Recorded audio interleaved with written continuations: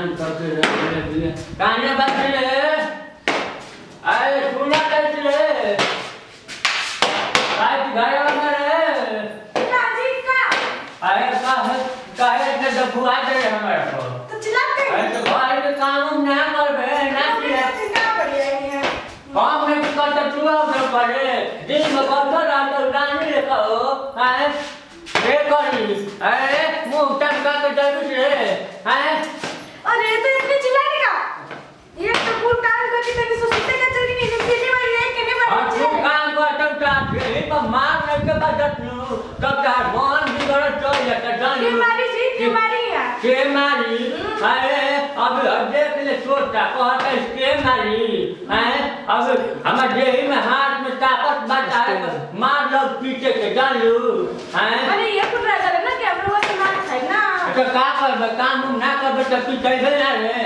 क्या करेगा कमा क्या करेगा तू कर लो कर तू हो ना आपने सोच रहा कुछ काम ना छठुर के नाची के कहत रहे कि लो मर दिया मत कर लो मर दिया कर चलन मन के करे त कि तार दे दी एक लड़की ले जे पड़ जा हम काम ना करे तो करबो ना करो अब जा बड़ा चिल्ला काम ना करे तो ना काम कर औ भाई के चाली गोटे के बा केवन गति रे तू हम गोटी हाँ। आई हमरा के बड़ी अंगुली देखाओ त तू जब हम कर ना अंगुली काहे ले काम धंधा के मतलब घंटा बटा के का है वही सब काम करे तो वो लोग का करते बैठ बैठ खाए का बहुत का है बढ़िया का काम होता नहीं करे हम चली हां घंटा बजा के बोलो देखी मारे मत जाए ठीक ना चुपचाप चली झाड़ू उठा के घर जाली चली अरे बन के महारानी रे अल्लाह देखत रे नु दरवाजे चली गई सोनी के तुम चुपी अरे तो है ये कराई बेटा मैं चमड़ी छील के खलवे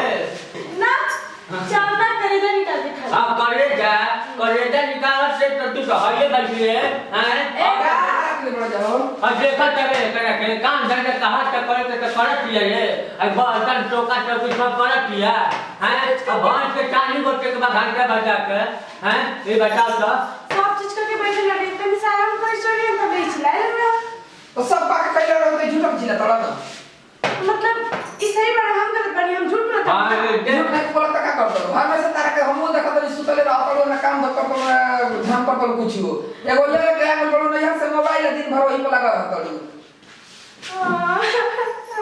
अब देख ले झूठो का टोला जावत के तू बिना डाले लगा देखत रे नु हैं अजे अभी नो काची बोले लगा हैं अपने के तो नहीं करेगा पता कर हमने की कुछ करता हमने तो अपने भाई के मान कर मारे करे मार अरे ना मारे करे बुला उधर ए मार टोला महाल के डनावटिया के एक पर मार बाटे टोला पर मार बाटे रे मार के सब ठीक ना हेनी से हां काम में ना करो आई भाई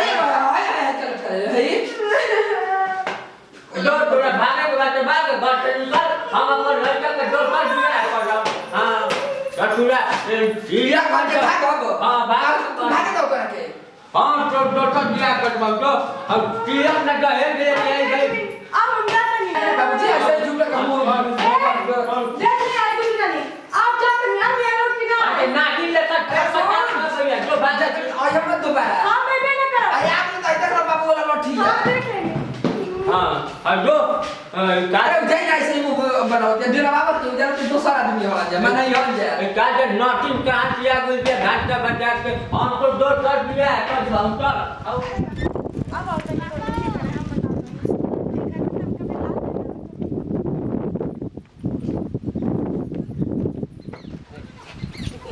बेटा अब रहता नहीं जो अब तोरा संगे रहता नहीं हम अब बताओ तो नहीं हम कि झगड़ा लड़ाई क्या हो रहा अब नहीं कर संगे रह तो गलबा कहीं का मार रुको रुको कहाँ जा रही है हम कहीं जा नहीं रहे हैं इसमें दतारी है हम खेत काटने जा रहे हैं खेत काटने जा रही है दतारी है इसमें दतारी है दतारी गेहूं काटने वाला दतारी है कहाँ जा रही है इधर खेत काटने जा रही है लॉकडाउन नहीं लगा है अरे तो सर जी लॉकडाउन लगा है तो अब अपना खेत कौन काटेगा गेहूं उसमें कट जाएगा तो गेहूँ सब चल रहा है धूप बह रहा है तो गेहूँ सड़ रहा है। सर जी मेरा गेहूँ पक गया है, अगर मैं नहीं काटूंगी तो खाऊंगी क्या? तुमको पता है कि लॉकडाउन लगा है? अरे तो सर जी खेती तो जा रहे हैं ना अपनी। खेत कैसे लेकर जा रहे कैसे लेकर जा अरे रहे हो? सर जी इसमें तो तारी है, खाना है, पानी है, तो और कुछ नहीं था तो मैंने इसी में भरी। ये देखिए बहुत पुरानी चीटी, किसी काम की चीटी नहीं है, देख लीजिए। किसी काम का चीज नहीं है। तो पहले ये बताओ कि तुम लॉकडाउन तोड़कर जा कहाँ रही हो? सर जी ये वाला मेरा खेत है, मैं इसी में गेहूँ। गलत बोल रही हो, सही सही बताओ। हम जानते हैं कि अटैची लेकर जाया जाता है गेहूँ काटने। सर जी मेरे पति से मेरा झगड़ा हो गया है और मैं गुस्सा होकर अपने मायके जा रही हूँ। मैं जानता, मुझे पता था कि तुम यही बोल लेगी। बताओ, मुझे पता था। क्यों झगड़ा करके भागी थी? सर हम कहाँ झगड़ा किए हैं? झगड़ा करके नहीं भागी तो कौन भागेगा? हम जानते हैं कि 100% आजकल के औरतें जो है ना पति से मतलब ऐसा ही झगड़ा करके लॉकडाउन में भागना तो भी था लॉकडाउन में है। तो सर झगड़ा भी तो लॉकडाउन में हुआ है ना। लॉकडाउन में झगड़ा क्यों कर रही हो? कोरोना से डर नहीं है? पूरा भारत कांप रहा है, पूरा अमेरिका चाइना सब कांप रहा है, तुमको भागना। सर जी मैं नहीं झगड़ा की हूँ। ये सच बात सही है ना कि 1.5 मीटर की दूरी बनाना चाहिए। हाँ। मैं बैठी थी, मेरे पास आकर चिपक रहे थे, तो मैं क्या करती?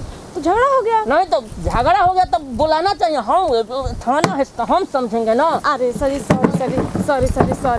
माफ कर दीजिए। अब हम वापस चले जाएंगे, एकदम से कुछ भी नहीं करेंगे, वापस चले जाएंगे चुपचाप। ठीक है, कान पकड़ो कि आज के बाद निकलोगी नहीं। जब तक 14 अप्रैल तक लॉकडाउन जब तक लगा है, अब कहीं नहीं जाना है। ठीक है चलो। हाँ 3 बार करो। हम करते हैं। देंगे।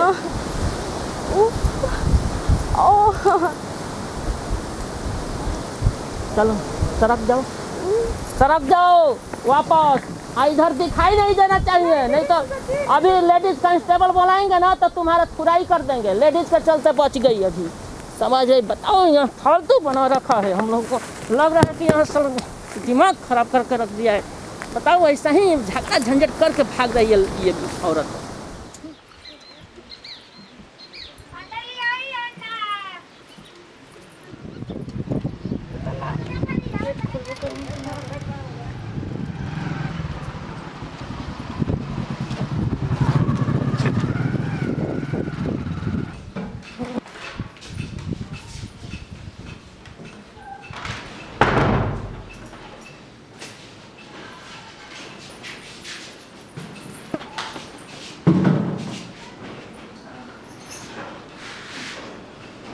बाबा जी कुछ लेके आए? अरे तू ठीक ना बोलिस, कहाँ भागल रही छ? झनक के तो भागल रही, कहाँ रही छ? अरे तू कहाँ रही छ रे? हट तो हमारे से दूर रह। हम भागल नहीं की नहीं। हाँ। तो हम बस तरी से चिढ़ावत रहे ना, हम भागल नहीं की नहीं, तो बेड़ा भी तो लुक गए हैं। तो अपने बाबू के बारे में मूल को समझ देता रे। ना जी हम इस सबसे घर से और लोगों से बहुत ज्यादा प्यार मिला, बहुत। हाँ तो लोगों से बात जल्दी बता दी उनका क्या बनाई व्यंजन में, बता दी।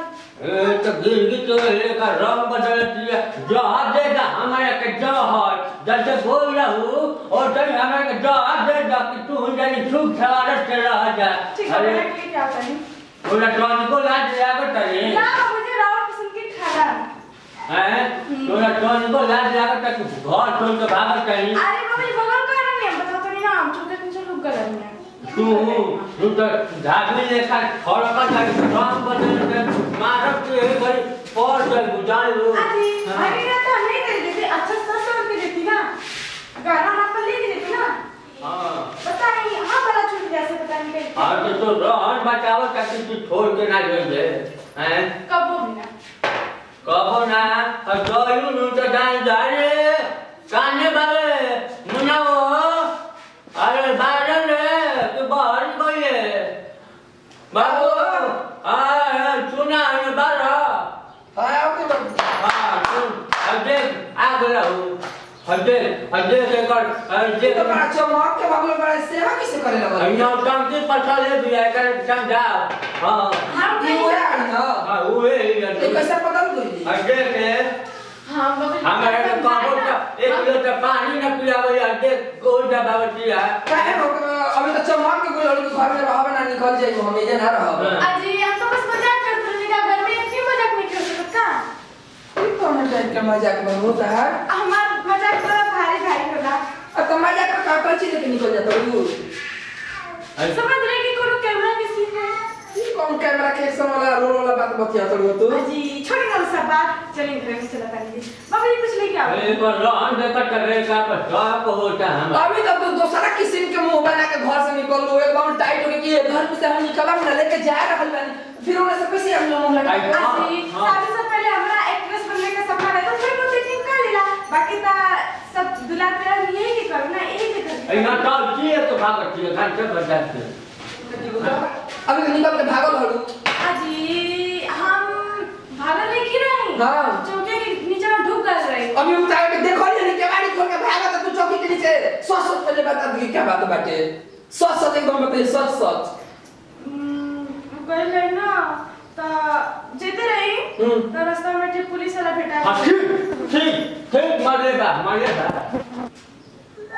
पर नहीं थे हां घरे भेज देगा हां ठीक करिएगा तो इहे रहन के तोरा के कौन न मारी हम भूल बात तोरा के बोल दे ऐसा ही तो भेजले ना हुई हां मार से मार भेजले हुई मतलब एक डंडा लगल बा ना अरे मार के चार खा की मतलब नहीं है अरे ना जी के तो नहीं मरले मर के नहीं है ना खाली बस उठ बैठ कर हमार नाक कटा कर रख दिए जले आई तोड़ सब कमी छे तनी करे के चाप चढ़ाओ तू नोटंकी के मैं चला तो ये कौन चीज पकड़ा तू जाए ना जाए काहे मारे तो चमक के भगाई चलब जो न तो सब हे कर अब आश्रम कबो कबो ना हम हाथ पैर जोड़ते हैं दुनिया लेके उठ बैठ करो ओ मान का लो सब उठ बैठ करो अरे दादा अब जो जाके दूध गरम करके ले दे दे थरा जो आज के बाद के हाथ के तो भइए तो जान जो मार के तो नाक फान कूट देबा हम अल्लाह से जो ठीक बाजी हां सही भाई 14 अप्रैल बीते तब बताता हूं